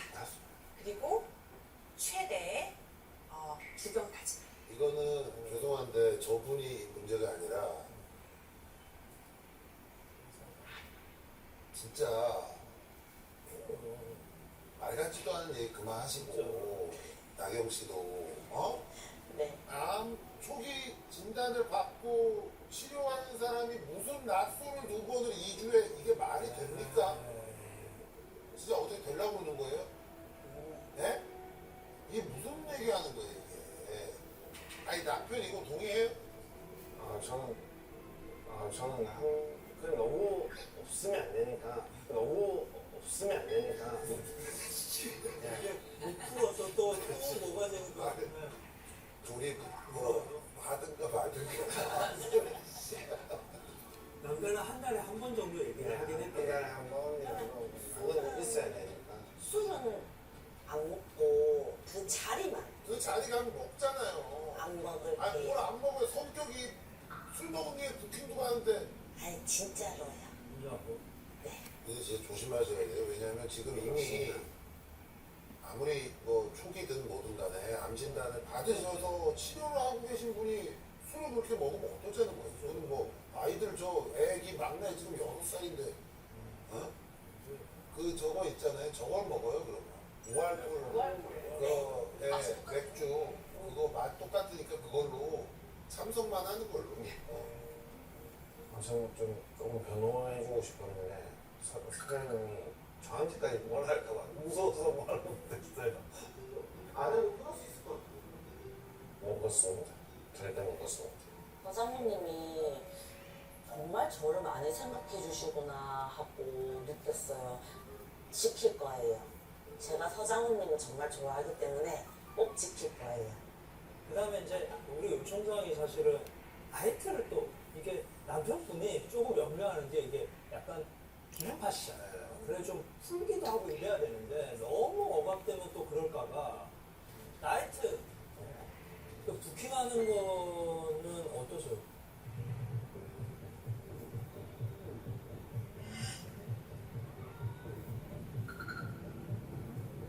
미안했어요. 공감을 못 해줘서 딴 데서 잤나? 미안하더라고요. 저는 나이트를 안 가는 건 아니고 가도 같이 갔어요. 같이 가자 나이트를. 같이 가자. 부부끼리. 재미가 없어 보이는 듣기만 해도. 부부 동반 나이트로 가자. 부부 동반 나이트. 나이트를 그러면 간다. 가는 것까지 오케이. 놀라셨죠? 네. 근데 동반으로 가자. 같이? 가자. 부부 동반으로 날짜를 정해가지고 가자. 갈 거면. 부부 동반으로 가면 부킹은 네. 어렵죠. 남편은 부킹을 한 적이 한 번도 없답니다. 이때 했던 거지 않았어? 아니 그게 있습니다. 아, 있어요? 뭐야? 제가 밝혀냈어요. 왜냐하면 저 사람의 대단하십니다. 아니 그 근곤 씨도 뭐 따로 나이트 가서 부킹해요? 저는 그런 거 싫어. 아니 부킹 했어요? 한 적이 있어요 없어요? 저는 그냥 가만히 옆에 앉아만 있었어요. 아니 이거 온 거네 그러면 누가 그거 똑같은 거야. 그게 한 거지 뭐야 부킹한 거지. 아니 도대체 애가 지금 집에 5이 있는데 무슨 나이가 뭐 40 넘은 사람들이 결혼을 하고 이거 부킹 다녀 말도 안 돼. 이게 뭐야 도대체. 아 나 진짜. 그러니까 부킹에 대해서 사실 어떻게 보면 둘 다 똑같아요. 근데 여기가 좀 이제 시각적으로 좀 과한 거고 웨이터가 손목을 잡았는데 후이치지 않고 아왜 자리에 앉았는데 부킹남이 마침 좀 모발이 좀 없으신 분이어서 아이 예 하고 다시 일어난 거예요. 그러니까 부킹 미수. 부킹 미수인데 앞으로 누가 잡으면 바로 바로 방수 여기를 못 잡게 해라 이런 얘기죠. 네. 그렇습니다. 이제 나영님은 이 프로그램 하시면서 어떠셨는지. 네. 계속 앞이 막막했거든요. 어떻게 해야 될지를 가르쳐주는 사람이 없으니까 진로를 정하듯이 이렇게 툭툭툭 정해주시니까 속도 후련하고 너무 좋은 시간이었던 것 같습니다. 제가 하는 교육에 대해서 이때까지 제대로 인지는 못했던 것 같아요. 아들 불쌍하고 나로 인해서 피해를 보고 이렇게만 생각했는데 오히려 제가 그렇게 만들고 있는 것 같다는 생각이 들더라고요. 그래서 제가 변해야 되겠구나 이런 생각을 많이 하시게 된 캠프장이었습니다. 고마워하시네.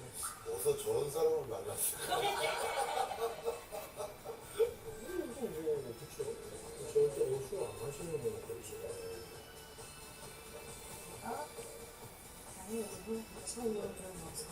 앞으로는 그 진심을 또 받잖아요, 아이들. 그러니까 진짜 이제부터는 잘 또 해주세요. 옛날처럼. 수고하셨습니다.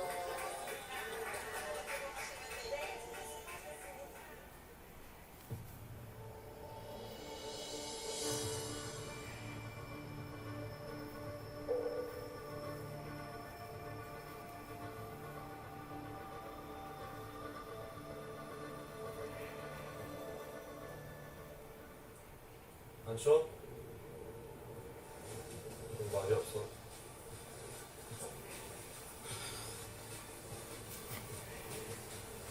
내가 어떻게 변했으면 좋겠어?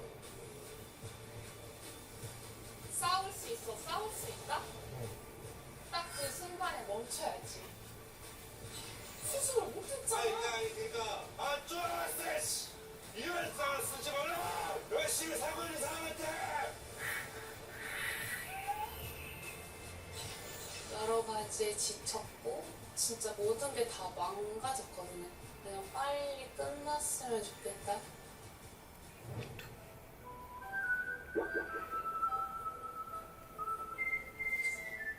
내가 어쩌다 나를 처음에 만났을 때는 하늘의 별도 달도 따준다고 하더니 아유 답답하네요. 그래서 마음하면 좀 고개를 끄덕이고 얘기를 해야지. 이게 지금 40일 내내 싸우고 있어요. 40일 내내 싸우고 있어요. 오늘 보낸 거잖아. 사막 싫어 나는. 지금 40일 내내 싸운다 지금. 불리하니까 나가. 너무 힘들게 지켜온 가정이다 보니까 되게 이 가정을 유지를 해야 되나 아니면 정말 여기서 끝내야 되나. 어때? 별명이니까. 딱히 그저 그래. 그저 그래. 생각이 없어? 생각 없이 온 거야? 아니? 애도 어떻게 키워봤는데? 아니 다 같은 사람 안 나고.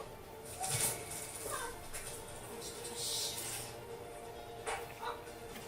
이 칼 들고 와서 그럼 나도 죽으면 되는 거네. 그럼 진짜 그렇게 잘 봐. 그랬죠. 너무 생각이 없었던 것 같아. 난 싫었어. 모든 걸 다 끝내려고만 했던 것 같아서 못 믿겠어. 안녕하세요. 이혼 숙녀 캠프 서장훈입니다. 오늘 이혼 숙녀 캠프가 11기 부부들을 만나는 날인데요. 11기 부부들 입장해주세요.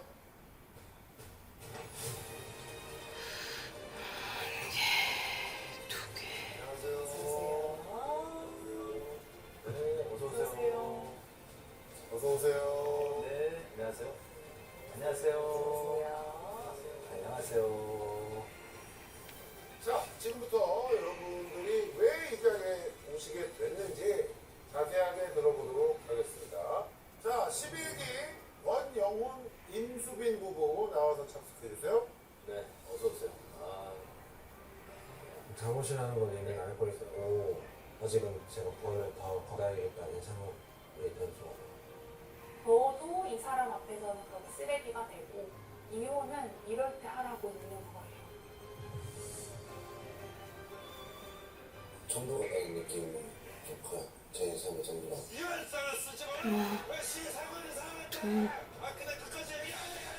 통제가 좀 안 돼서 그러면 일반적인 사람이 저러질 않죠. 귀신 들린 것 같은데 거의. 사체에 손댔잖아. 하단계도 살짝 좀 빠지기도 했었고 대체를 좀 줄여보고자 하는 그런 마음에 많이 때렸던 것 같아요. 와이프가 이제 좀 토할 정도로. 한 대로 이렇게 사람이 막 갈 수도 있구나. 헤어지지 않는다고 얘기해라. 이혼하지 않겠다고 얘기해라. 이런 식으로. 힘들면 저걸로 협박하는 거예요? 정말로 같이 살면 안 돼요.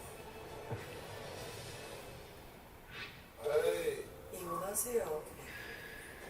왜 이 억울함과 이 화는 가라앉지가 않아요?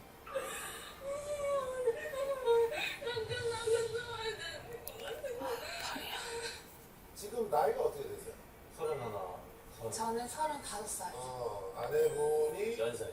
연상이시고 연하시고 두 분 다 뭐 겉으로 보면 뻔한 인상이시고 그래서 뭐 별 문제가 없을 것 같은데 두 분 중에 어떤 분이 이혼을 원하시는 거죠? 아내가 원하는데 실천은 제가 신청을 했어요. 왜냐면은 제가 좀 행동을 좀 잘못한 게 많아가지고 좀 변하려고. 잘못을 이제 좀 그만하고 잘 살아보고 싶어서. 네. 이런 분은 처음이네요. 어느 쪽부터 먼저 말씀을 해주실 건가요? 저희부터 네. 하겠습니다. 영상을 봤는데 심각합니다. 뭐 아내분은 사기 결혼이라고 주장을 할 정도로 좀 남편분에 대한 신뢰가 많이 깨진 상태였고요. 마음의 준비를 하고 보시죠. 아까 우리 저기 진태현 씨가 저한테도 살짝 굉장히 심각하다. 근데 양쪽 다 심각하다라고 그래요? 그러네. 저 아내분 거만 봤으니까. 그래요? 되게 심각. 그래요? 너무 무섭고. 무슨 짓을 한 거예요? 아내분 뭐 없던데? 그래요? 아내분이 뭐가 없다고요? 그래요? 하여튼 뭐 양쪽 다 심각하다라고 하는 상황이니까 일단 그럼 우리 아내 쪽 영상부터 보시죠.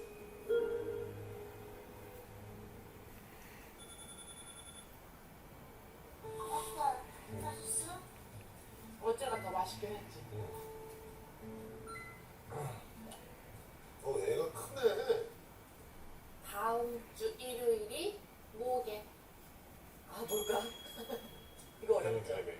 맞아. 오, 맞췄어. 엄마랑 아빠랑 작년에 딱 요맘쯤에 결혼한 거 기억나? 나 지금 2년밖에 안 됐는데 어떻게 얘가 10살이야?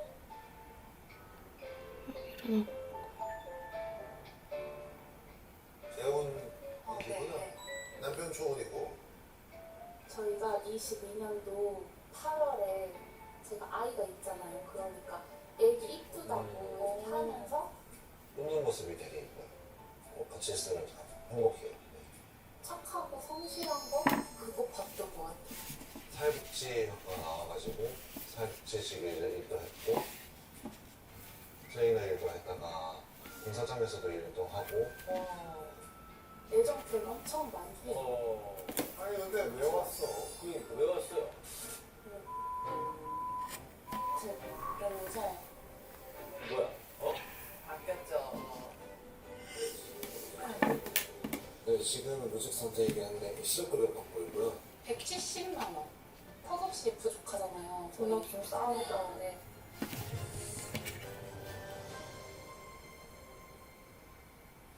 해줘. 지금 안 나와. 안 나와.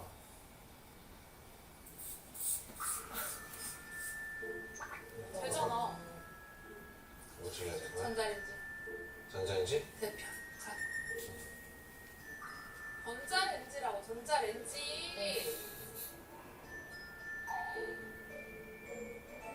제가 스스로 봐도 이상하더라고요. 또 전자레인지 바로 옆에 있는 데로 딴 데로 가고 그래서 결혼 초에는 저 사람 일부러 그러나 네 속을 다 뒤집어 놓으려고 그러나 이런 생각을 할 정도로 엄청 모자라더라고요. 진짜 엄청.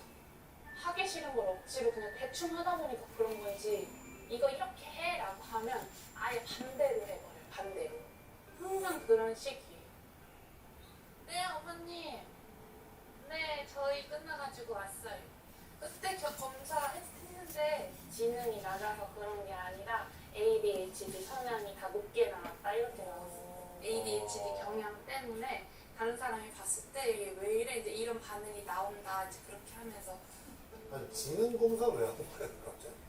저희가 그거를 이제 하기 위해서 한 게 아니라 싸움이 커져서 이제 경찰 개입까지 되고 저희끼리 부부 싸움이긴 하지만 한 집안에 아이가 있었다는 이유로 이건 아동학대다라고 해서 아동보호 전문기관이라는 곳에서 치료 목적으로 엄마 아빠 다 검사하고 ADHD 증상이 좀 있다. 네 그렇게 나왔어요. 그러니까 우리 남편분이 내가 표현하는 데만 약간 조금 어려움을 겪고 있다고. 다른 데는 아무 없대. 성인도 많이 오거든요.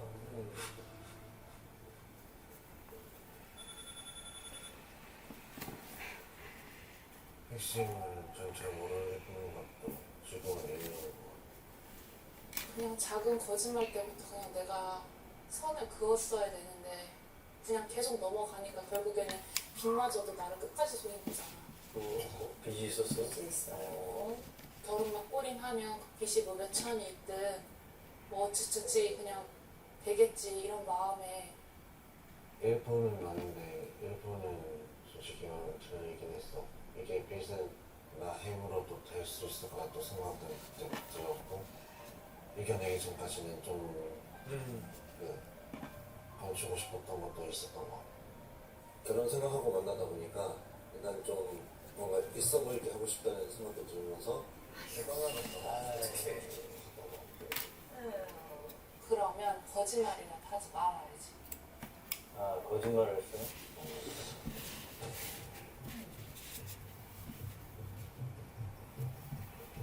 너 빚 끝내고 싶다 그랬지? 사채에 손댔잖아. 뭐라고요? 마지막에 사채잖아. 사채는 끝낼 수가 없는 빚이야. 너가 70을 빌렸는데 일주일도 안 됐어, 그지? 근데 그게 100일 있잖아.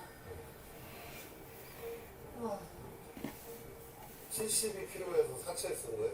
네, 카드가 다 막히고. 저때 좀 잘못 말하긴 했는데 60을 필요해가지고 빌렸는데 아니, 뭐 60이든 70이든 간에 부모님한테 좀 달라고 그러든가 아니면 뭐 진짜 끝까지 없다라서 내가 진짜 그때 믿었거든. 진짜 너 표정이 진짜 없는 표정이었고 제가 심지어 무릎까지 꿇었어요. 너무 솔직하게 말 안 하는 게 티가 나서 근데도 아니래요. 그러니까 저는 어쨌건 사람인지라 그걸 믿었어요. 진짜인 줄 알고.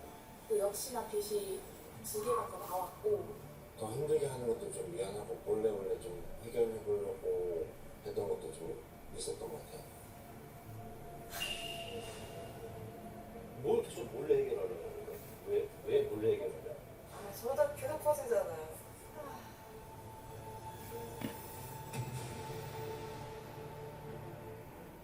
좀 최대한 대출을 좀 줄여보고자 하는 그런 마음에 좀 쉽게 할 수 있는 거를 하나 더 해보자라는 이 생각으로면서 들면서 안 하고 나가 쉽게 돈을 벌 수 있는 게 어디 있어 세상에.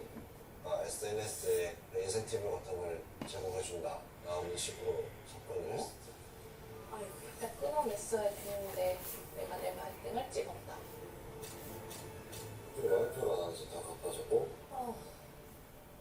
너는 그냥 날 만난 순간부터 지금까지 거짓말이었어. 거짓말. 거짓말이었다면 솔직히 나는 내가 그 부정은 안 해. 힘들게 만들었다면 솔직하게 인정은 한다고. 근데 약간 좀 뒷수습을 내가 좀 하게 좀 만들어서 좀 줬으면 좋았었다고 내가. 수습을 못했잖아. 그러니까 줬어 씨.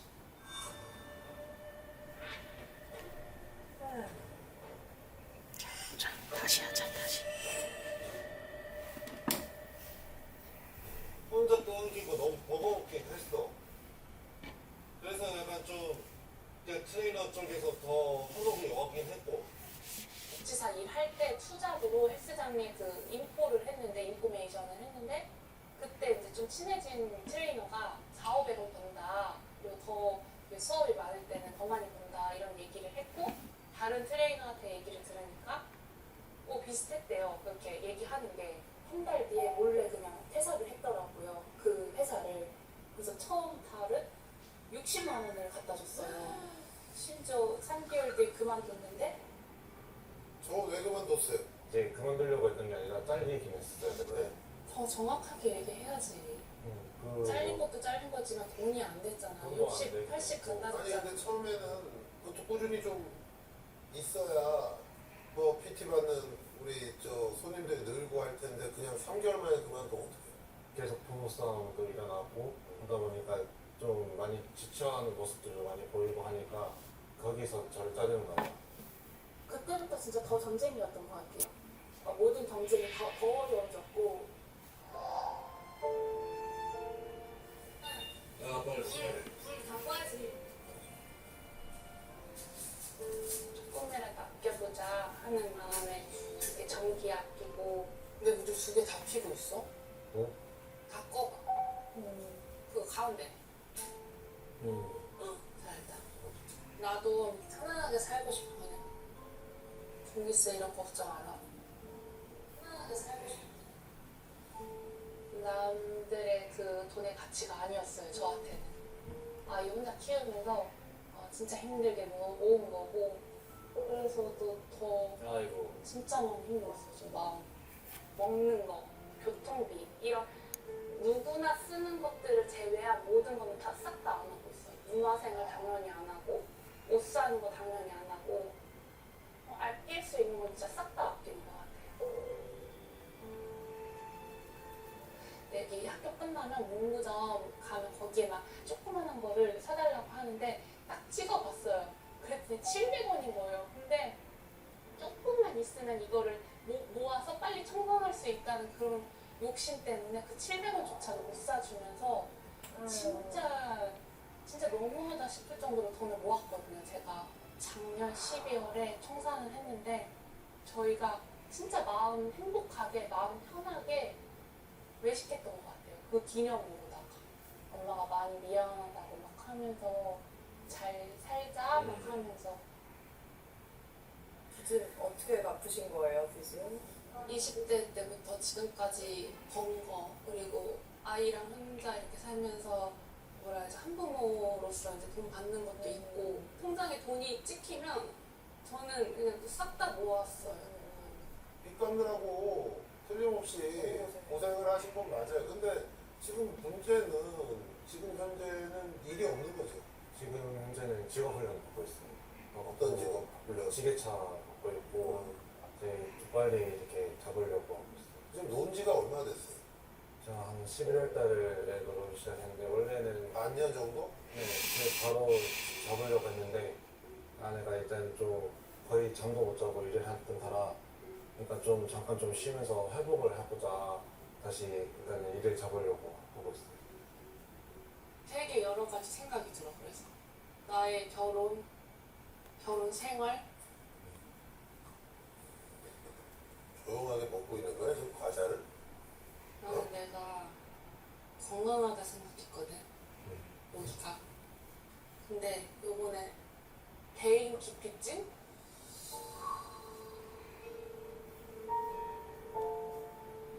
이제는 다 끝났고 마음을 추스리면 하면 되는 이 과정에서 잘못한 게 없다 생각하거든? 진짜로? 10월서부터 지금까지 경과를 지켜본 결과 저 같은 경우 우울감이 정말 높게 나왔는데 우울증약을 먹기 시작했는데 7살 때랑 그리고 학교 처음 들어가는 그 8살 때가 잘 적응하고 마무리를 할 수 있도록 도와줘야 되는 시기인데 그때 신경을 하나도 못 썼어, 엄마가.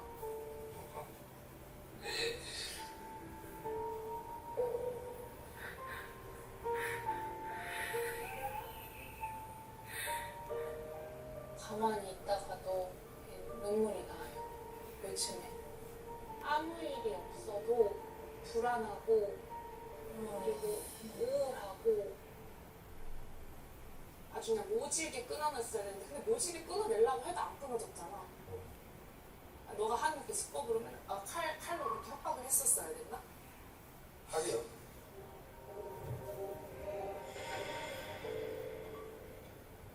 해결이 안 되니까 그러는 거잖아. 해결이 안 되니까. 8월? 여름철이었어요. 8월쯤. 결혼하면서 이제 싸움이 이제 그게 달면은 부엌 쪽으로 막 가요. 거길 열고 칼을 북한에서 이렇게 갖다 대요.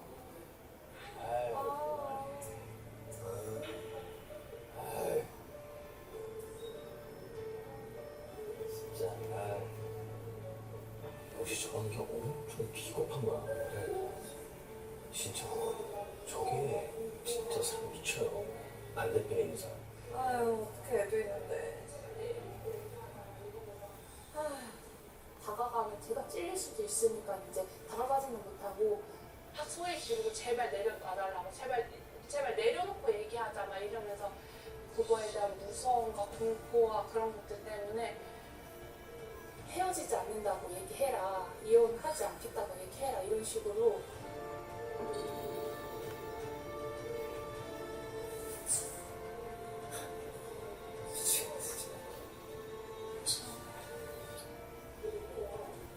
저기 잠깐만요. 저거는 습관이에요, 뭐야 저거? 습관은 아니고 뭐예요? 너무 많이 힘들다? 힘든데 힘들면 협박도 아니고. 힘들면 저걸로 협박하는 거예요? 죽겠다고? 집에서 옛날에 집에서 그런 적 있어요? 없었어요. 왜 이러는 거예요? 약간 좀 애원도 하고 애원이고 나발이고 간에 이거 못 고치면 인간 노릇은 제대로 못할 수 있어요. 네. 어? 저 짓 한 번만 더 하면 바로 이혼해. 네 그렇게 할 거예요. 아주 다른 그 어떤 이유보다 저게 더 악질적이에요. 네, 알겠습니다. 알고 있는데 맨날 그래요? 습관처럼? 모르고 있는 거 아니에요? 제 자신이 좀 부끄럽더라고요. 모르고 있는 거 아니에요?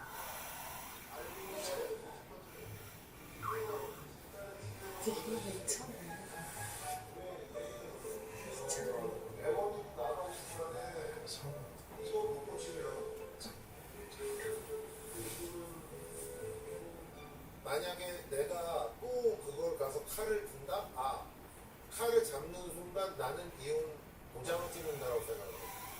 네. 살지 마요. 마음을 단단하게 먹고 이거 계속 이렇게 살 거예요? 어? 저거 자살 협박하는데 이걸 보고 내가 다시 한번 얘기하지만 사람이 할 짓이 아니라고. 네, 알겠습니다.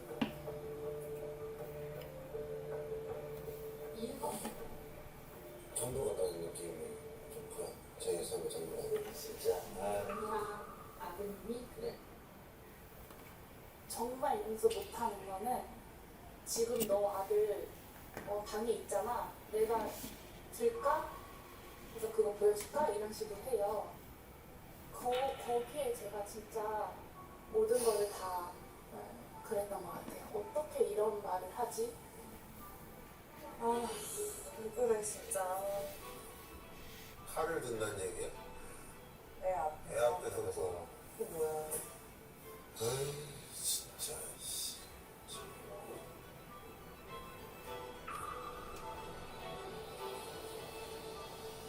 나만 지나도 이 아빠 복이 없는 거야. 아 그럼 이혼 얘기를 하지 말든지 내가 멈추라고 얘기했잖아. 근데 왜 멈췄는데 그때? 끝이 안 나잖아. 멈추자고 해도 바들바들 떨고 있고 안 보여? 바들바들 떠는 거? 보여. 근데 사실상 보이는데 그렇게 끝이 안 나? 보이는데 그렇게 끝이 안 나? 아유, 정말.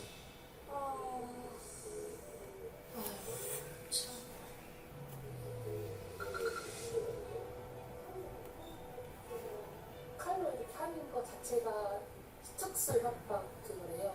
그거랑 그리고 아동학대. 아동학대지. 애가 얼마나 무서워요. 저거 처음하지. 경찰분이 물어보더라고요. 처벌을 원하시냐? 네, 처벌해달라. 그렇게 얘기해서 아보전 거기에 연계돼서 부부상담 받고 그렇게 하고 있는 상황이에요. 근데 처벌을 하겠다 하고서 한두 달 있다가 조사받으러 갔는데 그때 처벌 안 하겠다고 다시 이렇게 진술서 쓰고 마무리를 하긴 했지만 아이가 있는지라